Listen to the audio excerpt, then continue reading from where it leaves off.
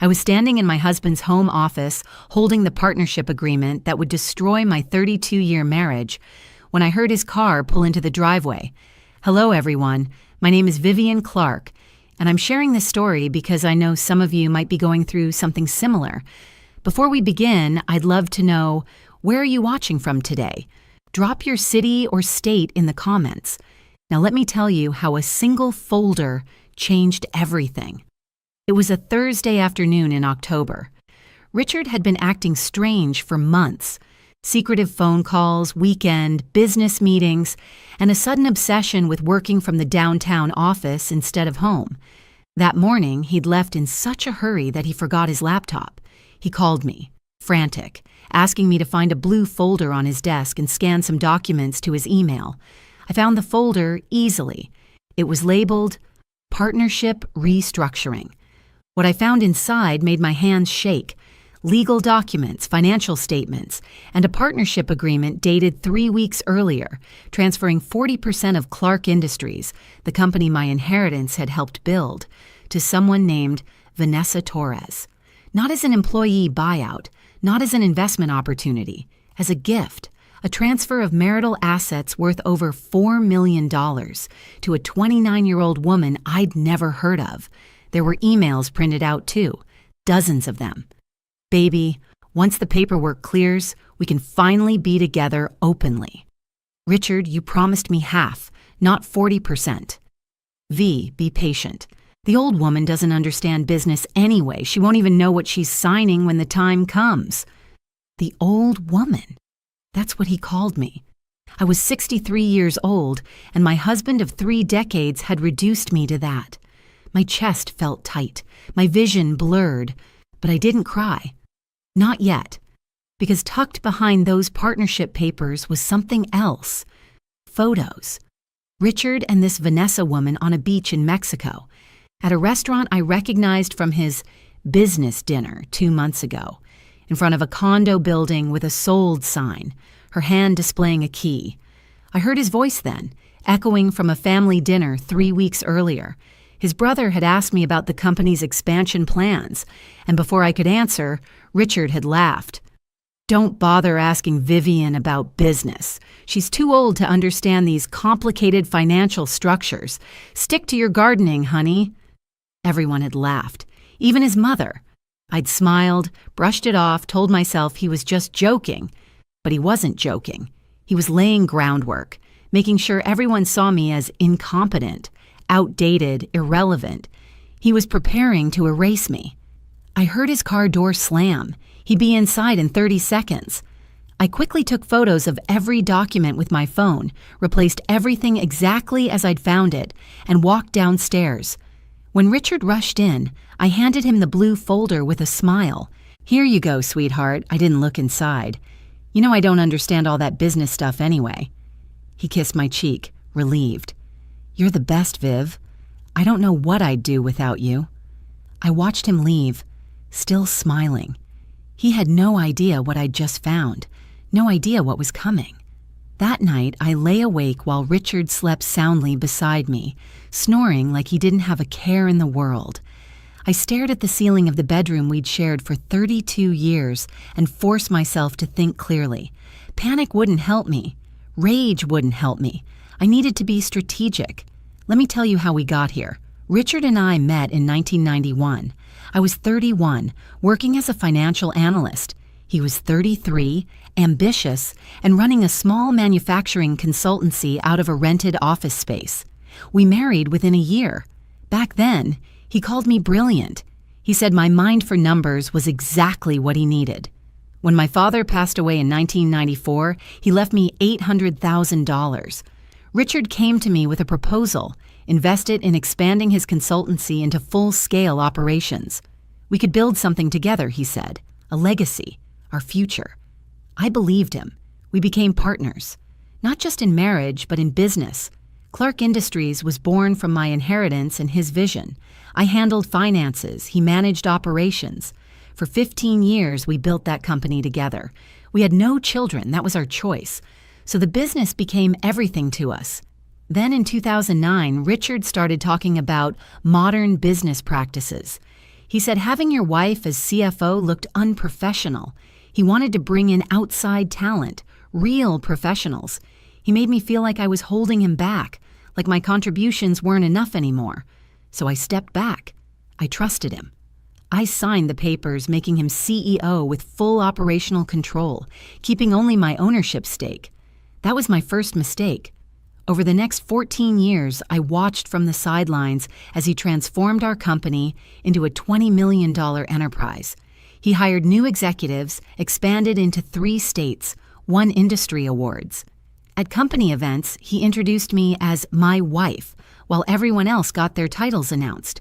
At home, he stopped asking my opinion about business decisions. He stopped discussing finances with me entirely. "You wouldn't understand the complexities," he'd say whenever I asked questions. "It's different now. We're playing in the big leagues." I told myself he was stressed. Building an empire was hard. I focused on our home, our social life, supporting his career from behind the scenes. I was proud of what he'd built. What we'd built, I thought. His family reinforced it. His brother called me the trophy wife who got lucky. His mother suggested I take up hobbies, maybe volunteer work, something to fill my time now that Richard doesn't need help anymore. They treated me like I'd been some secretary Richard married out of kindness, not the woman whose money and mind had launched his entire career. And slowly, I started believing it too. Started thinking maybe I really didn't understand modern business. Maybe I was out of touch. Too old to grasp the sophisticated strategies Richard employed now. That's what he wanted. He needed me to believe I was incompetent, irrelevant, easily dismissed. Because you can't steal from someone who's watching carefully. You can only steal from someone who's been convinced they're too stupid to notice. But finding those papers woke something up in me. Something I'd forgotten I had. I wasn't incompetent. I was a financial analyst who'd built a multi-million-dollar company. And Richard had made a fatal error. He underestimated me. Friday morning, I did something I hadn't done in years. I got dressed in my best business suit, the navy Armani I'd bought for our 20th anniversary and barely worn, put on the pearl earrings my father gave me, and drove to Clark Industries. Richard thought I was going to my book club. He'd barely looked up from his phone when I'd kissed him goodbye. The receptionist seemed surprised to see me. "Mrs. Clark, we weren't expecting you." "I'm here to see David Chen in accounting," I said smoothly. David had been with us since 2003. He'd always been loyal, thorough. "Just need to discuss some personal financial planning." David's office was on the 3rd floor. When I walked in, his eyes widened. "Vivian, it's been ages. What brings you here?" I closed the door behind me. "David, I need you to print something for me. Complete financial records for Clark Industries for the past 3 years. Revenue, expenses, payroll, asset transfers, everything." He hesitated. Richard usually handles requests like that personally." "David, who signs your paycheck?" "Well, technically Clark Industries, but..." "And who owns 51% of Clark Industries?" His expression shifted. We'd always had a good relationship. He knew the company's history. "You do?" "Then as majority shareholder, I'm requesting access to my own company's financial records, unless there's a reason I shouldn't see them."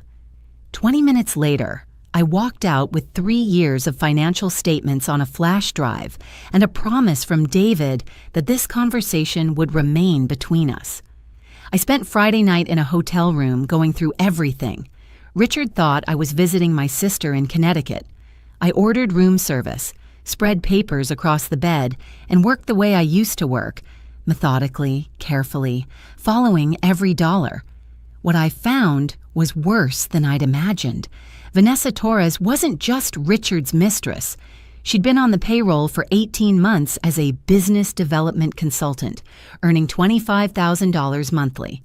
In the past year alone, she'd received over $400,000 in payments, consulting fees, bonuses, expense reimbursements, all from our company, our assets. But it went deeper. Richard had created an LLC 6 months ago, RV Ventures. The company had purchased the condo I'd seen in those photos, using Clark Industries funds as a business investment property. He'd bought a BMW registered to this LLC. He'd transferred another $200,000 to RV Ventures' account just last month. RV, Richard, and Vanessa. He'd been systematically moving marital assets, company resources, everything we'd built together into accounts and properties with her name attached. The partnership agreement I'd found wasn't the beginning. It was the culmination. Once I signed those papers he clearly planned to trick me into signing, she'd legally own 40% of everything. Combined with what he'd already given her, they'd effectively control the company together. Then I found the divorce papers. They were drafted but not filed, hidden in a digital folder labeled 2024 Tax Planning. He was planning to divorce me after the partnership transfer was complete, after he'd successfully moved enough assets that I'd have no legal recourse. The papers cited irreconcilable differences and suggested I'd receive a small settlement, maybe $2 million, from a company worth $20 million that I'd funded and helped build. I sat in that hotel room until 3 a.m, staring at the evidence of my husband's betrayal. Then I opened my phone and started making calls. Monday morning, I sat in the office of Patricia Morrison, the best divorce attorney in the state. She'd been recommended by a friend who'd gone through a messy separation 5 years earlier. Patricia was in her 50s, sharp-eyed with a reputation for destroying unfaithful husbands in court. I laid everything out in front of her, the photos, the financial statements, the partnership agreements, the divorce papers he'd drafted, all of it. She read through everything silently, her expression never changing. When she finished, she looked up at me. "Mrs. Clark, your husband is an idiot." I almost laughed. "How so?" "He's committed about 7 different kinds of fraud. Misappropriation of marital assets, corporate fraud, potentially tax fraud depending on how he reported these transfers. And he documented everything." She tapped the papers. "This is a prosecutor's dream. I want to stop him," I said, "before he can transfer anything else, before he can move more money, before he can complete this partnership agreement." Patricia leaned forward. "Here's what we're going to do.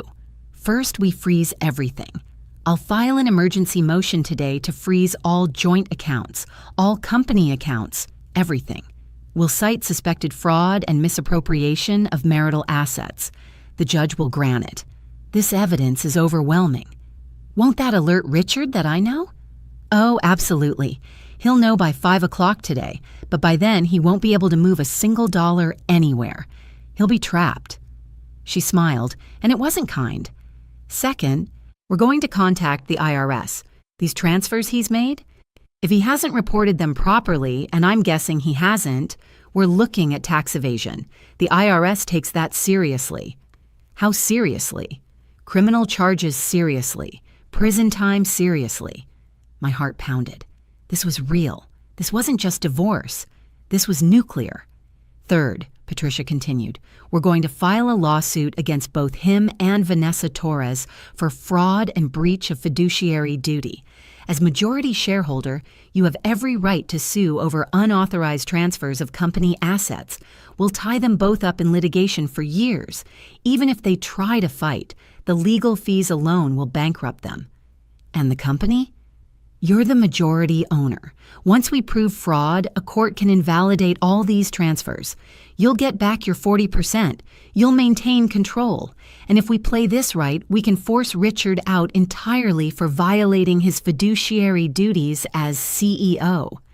I thought about Richard sleeping peacefully beside me every night, kissing me goodbye every morning, calling me honey and sweetheart while secretly dismantling my entire life.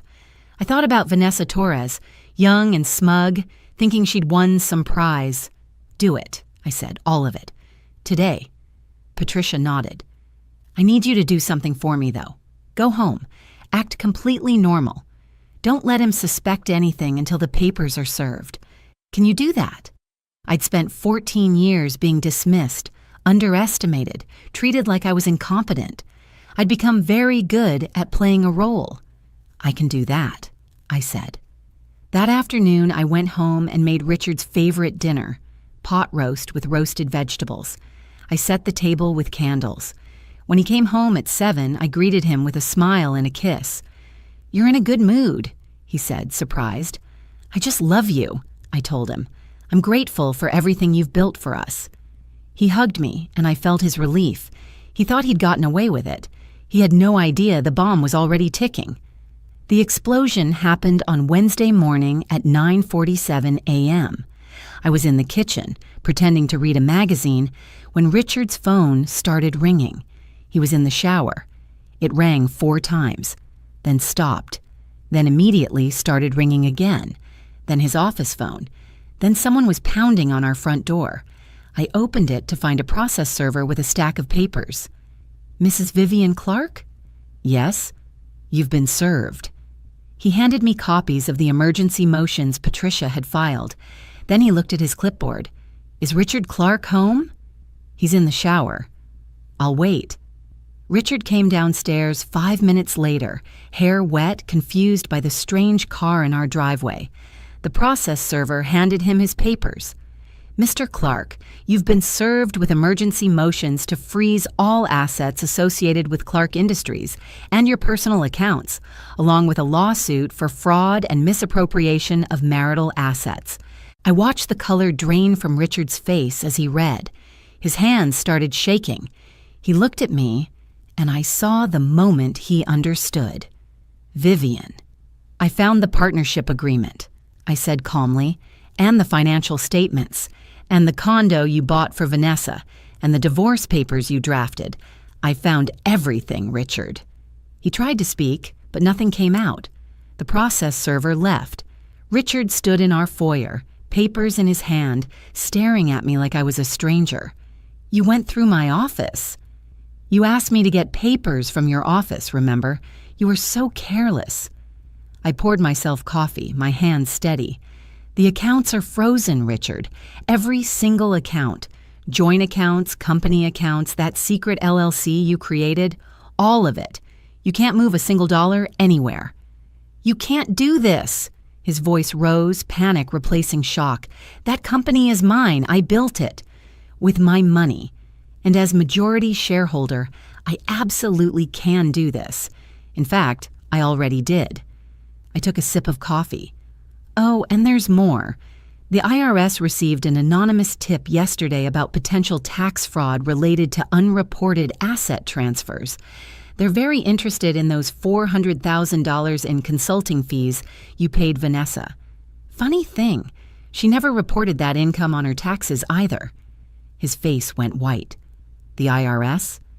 "Apparently, they take tax evasion quite seriously. Something about criminal charges?" I tilted my head, pretending to remember. "Patricia explained it to me, but you know me.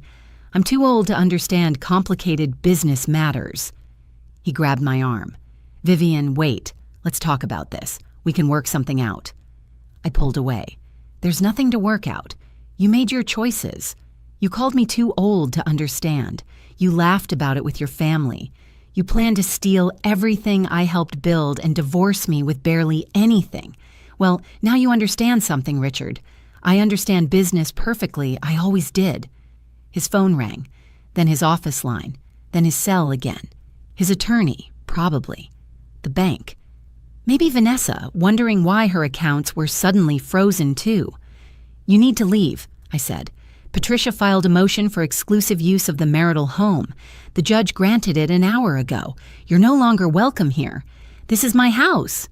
"No, Richard, this is my house. Everything is my house. You just forgot that for a while." Before we continue, if you're enjoying this story and want to see more content like this, please hit that subscribe button. Trust me, you won't want to miss how this ends. Richard grabbed his keys and left, still in shock. I watched him drive away, his phone pressed to his ear. The war had begun. The next 72 hours were chaos. Richard called 47 times. I didn't answer. His attorney called. I referred them to Patricia. His mother called, screaming about how I was destroying the family. I hung up. On Thursday afternoon, Patricia called with news. The IRS moved fast. They've opened a full investigation into Clark Industries' financial records for the past 5 years. They want everything. Payroll records, expense reports, asset transfers, all of it. What did they find? In the past 18 months alone, Richard failed to report over $600,000 in personal use of company funds. The condo, the car, Vanessa's salary. None of it was properly documented or taxed. He classified it all as business expenses, which is textbook tax fraud. I felt a grim satisfaction. What happens now? The IRS will finish their investigation. If they find what we think they'll find, Richard is looking at criminal charges. We're talking potential prison time, massive fines, penalties. And here's the beautiful part. Any assets he's hidden will be seized to cover what he owes. Friday morning, I received an email from David in accounting. Subject line, "You should see this." He'd forwarded me an email chain from Richard to Vanessa, sent at 2 a.m. Thursday night. Richard must have been desperate enough to use his company email, forgetting David had access to everything. "V, everything is frozen. She knows about us. She's contacted the IRS. We need to move whatever we can, quickly. Do you still have access to the RV Ventures account?" Vanessa's response, "Are you kidding me? I can't access anything. You said this was foolproof. You said she was too stupid to figure it out. You promised me half of everything, Richard. Half. And now I'm being investigated for tax fraud? My accounts are frozen? Fix this." Richard's next email. "I'm working on it. My attorney says we might be able to fight this if we claim the partnership was legitimate business restructuring. We need to get our stories straight. Meet me at the office tonight. Don't come to the house. She's got it locked down." I forwarded everything to Patricia with a simple note. "They're panicking." Her response came back in seconds. "Beautiful. Let them panic. Panicked people make mistakes." Saturday afternoon, Richard showed up at the house despite the court order. I saw him through the window, looking disheveled, 3 days of stubble on his face. He'd been staying at a hotel, apparently. I didn't answer the door. He knocked for 10 minutes. Then he started shouting, "Vivian, please, we need to talk. I made mistakes, okay? But we can fix this. Don't destroy everything we built." I called the police. They arrived within minutes, explained the court order to Richard, and escorted him from the property. He looked at me through the window as they walked him to his car, and I saw something I'd never seen before in 32 years of marriage. Fear. Sunday morning, Patricia called again. "Vivian, I need to prepare you for something. The IRS investigation expanded.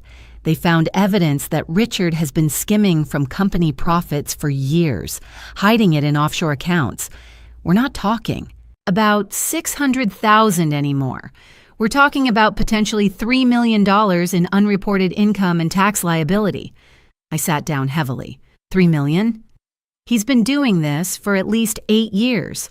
Long before Vanessa, he's been systematically stealing from the company, from you, and hiding the money. The IRS is furious. They're talking about criminal prosecution, Vivian. This isn't just divorce court anymore. This is federal crime territory. "Good," I said quietly. "Let them prosecute." Monday afternoon, I was reviewing documents in the study when the doorbell rang. Through the window, I saw a silver Lexus in the driveway. Not Richard's car.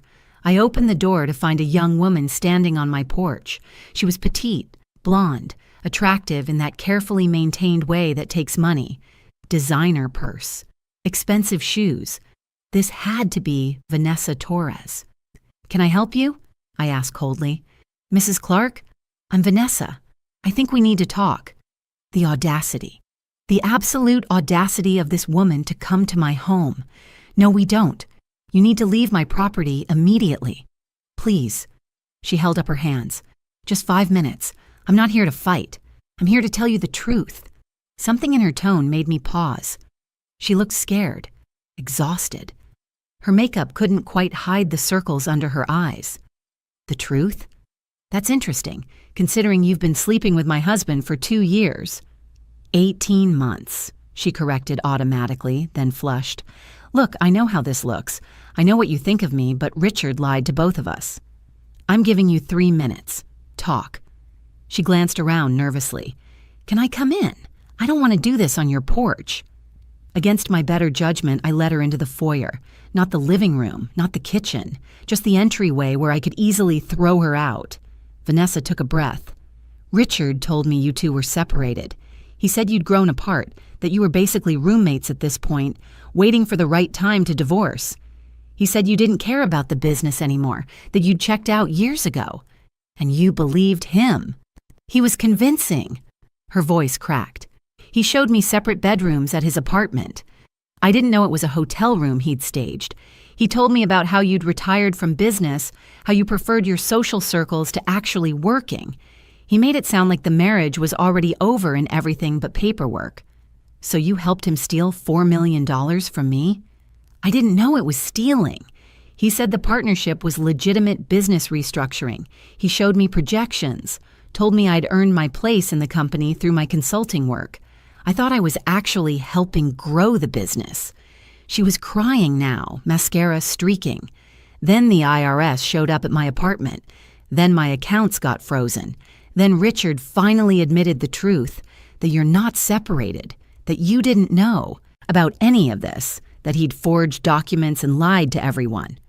Why are you telling me this? She wiped her eyes. Because I'm 29 years old and I'm facing tax fraud charges.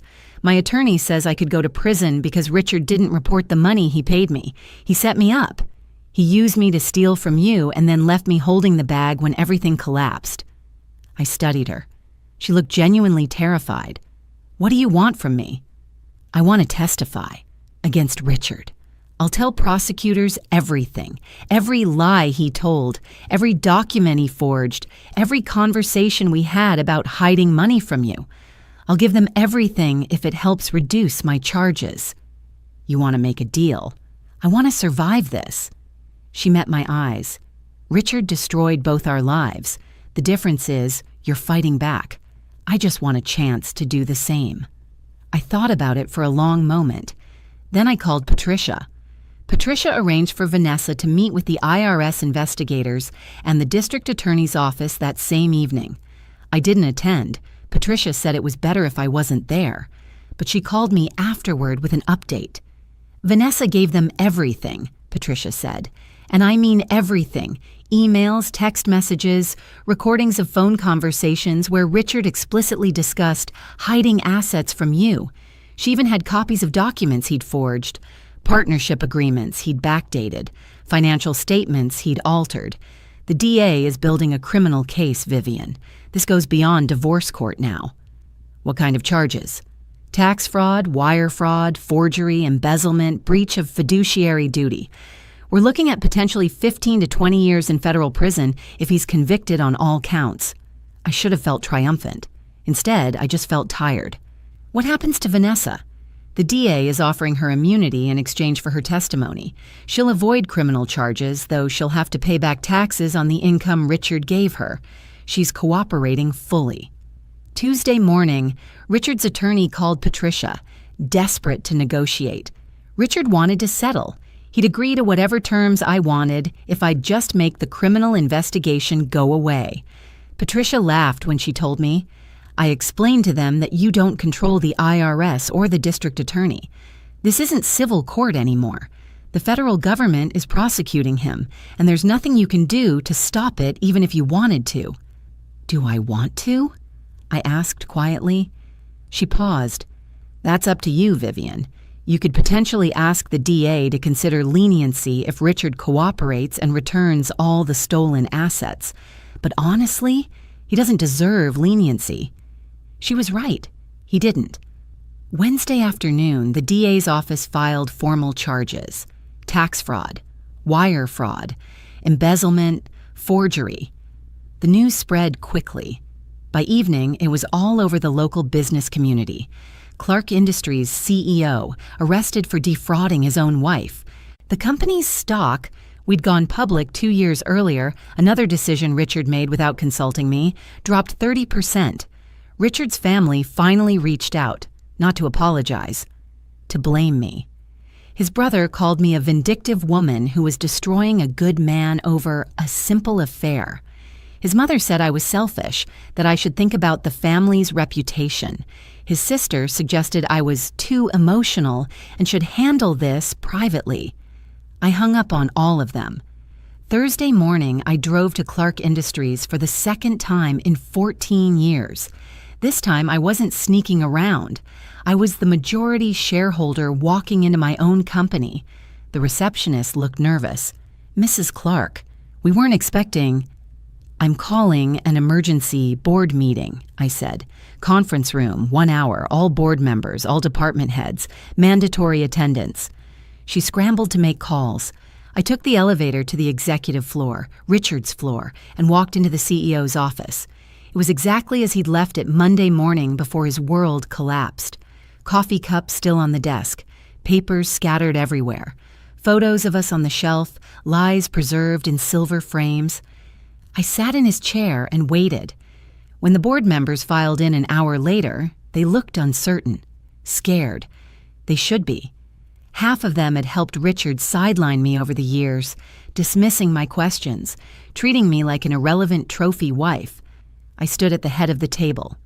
"Gentlemen, ladies, let me reintroduce myself. I'm Vivian Clark, majority shareholder and founder of this company, and things are about to change." The board meeting lasted 3 hours. I laid out everything. Richard's fraud, the embezzlement, the IRS investigation, the criminal charges. I showed them the financial statements David had pulled, the evidence of money being systematically stolen from company accounts. Several board members looked genuinely shocked. Others looked uncomfortable, avoiding my eyes. They'd known something was wrong. They'd just chosen not to ask questions. "As of today," I announced, "I'm assuming the role of interim CEO. Richard Clark is suspended from all duties pending the outcome of criminal proceedings. I'm initiating a complete financial audit of the past 10 years. Anyone who participated in or had knowledge of fraudulent activities has one opportunity to come forward voluntarily. After today, cooperation will not be met with leniency." David Chen spoke up. "Vivian, I want you to know, I had no idea about the offshore accounts or the embezzlement. When you asked for those records, that was the first time I'd looked at the overall picture. I should have noticed sooner. David, you're not under suspicion, but I need you to work with the auditors. Complete transparency. If you find anything questionable, anything at all, report it immediately." 2 board members resigned that afternoon. Good riddance.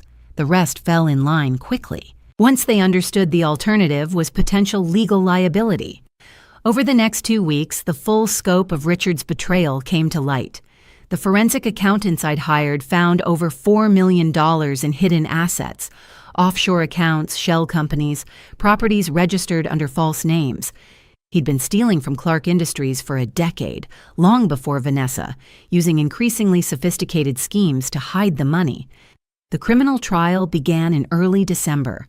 I attended every day, sitting in the front row where Richard couldn't avoid seeing me. Vanessa testified first, describing in detail how Richard had manipulated her, used her to facilitate his fraud, and promised her a future built on stolen money. The prosecution called witnesses who testified about forged documents, altered financial statements, false tax returns. Richard's defense attorney tried to paint him as a successful businessman who'd made accounting errors and poor judgment calls regarding personal relationships. The jury wasn't buying it. On December 18th, after 3 days of deliberation, they returned with guilty verdicts on all counts: tax fraud, wire fraud, embezzlement, forgery. The judge scheduled sentencing for January. Richard's mother approached me outside the courtroom. "Are you happy now? You've destroyed him, destroyed our whole family." I looked at her calmly. Richard destroyed himself. He stole from me. He lied to me. He tried to erase me from the life we built together. I simply refused to disappear quietly. "He loved you," she said, crying. "No," I corrected. "He loved what I gave him, my money, my trust, my willingness to be invisible. The moment I stopped being useful, I became an obstacle to remove." I picked up my purse. Richard never loved me. He loved what he could take from me. In January, Richard was sentenced to 12 years in federal prison and ordered to pay $4.2 million in restitution plus penalties. The judge noted his sophisticated and prolonged scheme to defraud and his complete lack of remorse. Vanessa avoided prison but received 5 years probation and had to repay $200,000 in back taxes. Her career in business was essentially over. Richard's assets, everything he'd hidden, were seized and returned to Clark Industries. To me, I got everything back.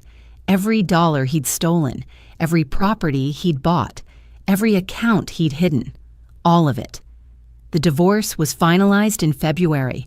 Richard signed the papers from prison. He had no choice. He had no money for attorneys anymore, no assets to fight over. The prenuptial agreement we'd signed 32 years ago protected what little he had left, which was essentially nothing. I walked out of the courthouse with full ownership of Clark Industries, the house, all our legitimate assets, and a court order preventing Richard from ever contacting me again. Patricia walked beside me, smiling. "How does it feel?" "Expensive," I said honestly. The legal fees had been astronomical. The company had suffered reputation damage. The stress had taken years off my life, but I was free, and I had my company back. The next month, I spent restructuring Clark Industries from the ground up. I brought in new board members, people who actually respected my business acumen. I promoted David Chen to CFO. I implemented new financial controls and oversight mechanisms to prevent anyone from ever stealing from the company again. I also started showing up at the office regularly, taking meetings, making decisions. The staff was nervous at first. They'd been taught to see me as irrelevant. But I'd spent 32 years watching Richard run this company. I knew every operation, every client, every strategy. I'd just been told I was too old to understand it. Turned out I understood it perfectly. By April, Clark Industries' stock had recovered. We'd weathered the scandal. Several clients who'd left came back, impressed by the swift action and complete transparency we'd shown during the investigation. I hired 3 new executives, all women over 50 who'd been told they were too old for leadership positions elsewhere. We made an excellent team. One afternoon in May, I was in my office, Richard's old office, now redecorated, when David knocked on my door. "Vivian, there's someone here to see you, Vanessa Torres." I hadn't seen her since she'd testified at the trial. "Send her in." Vanessa looked different, older somehow, more serious. She sat down carefully. "Mrs. Clark, I know I have no right to ask anything from you, but I wanted you to know I've started paying back the taxes I owe. It'll take years, but I'm working 3 jobs to make it happen. Why are you telling me this?" "Because I needed you to know I take responsibility for my part in this. Richard lied to me, but I chose to believe him because it benefited me. I was stupid and selfish, and I'm sorry." She stood up. "That's all. I just wanted to say that in person." I watched her turn to leave. "Vanessa?" She stopped. "There's a small consulting firm downtown that works with women rebuilding their careers after legal troubles. They might have a position open. It won't pay much, but it's honest work." Her eyes filled with tears. "Why would you help me?" "Because you made mistakes, but you owned them. That's more than Richard ever did."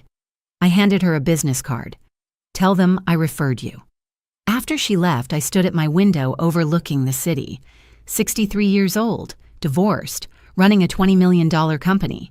Too old to understand business? No. I understood just fine. The end.